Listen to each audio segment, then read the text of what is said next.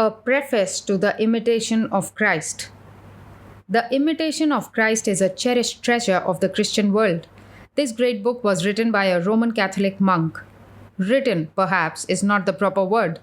It would be more appropriate to say that each letter of the book is marked deep with the heart's blood of the great soul who had renounced all for his love of Christ.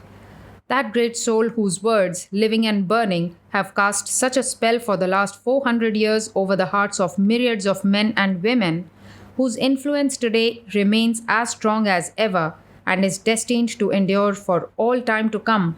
Before those genius and sadhana, spiritual effort, hundred of crowned heads have bent down in reverence, and before whose matchless purity the jarring sects of Christendom, whose name is Legion, have sunk their differences of centuries in common veneration to a common principle. That great soul, strange to say, has not thought fit to put his name to a book such as this. Yet there is nothing strange here after all, for why should he? Is it possible for one who totally renounced all earthly joys and despised the desire for the bauble fame as so much dirt and filth, is it possible for such a soul to care for that paltry thing, a mere author's name?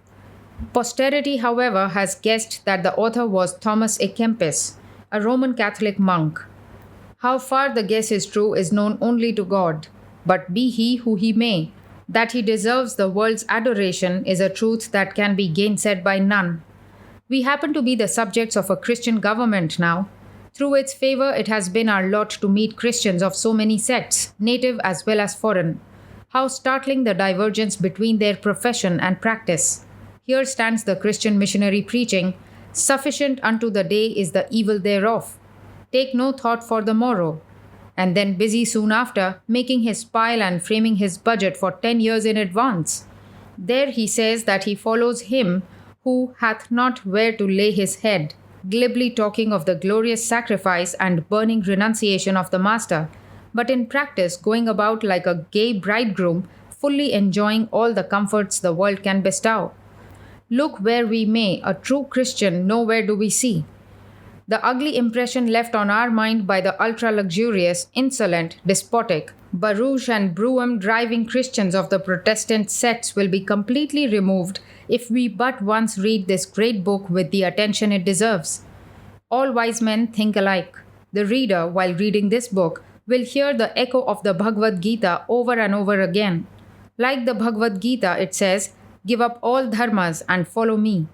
The spirit of humility, the panting of the distressed soul, the best expression of Dasya Bhakti, devotion as a servant, will be found imprinted on every line of this great book, and the reader's heart will be profoundly stirred by the author's thoughts of burning renunciation, marvelous surrender, and deep sense of dependence on the will of God.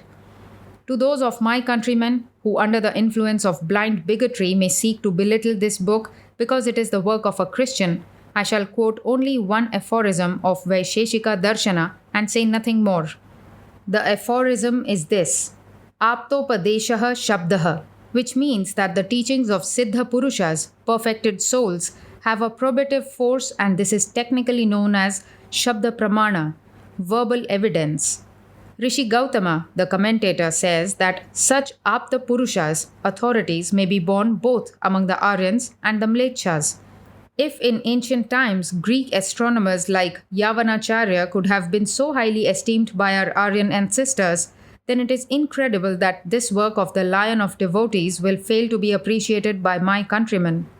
Be that as it may, we shall place the Bengali translation of this book before our readers seriatim.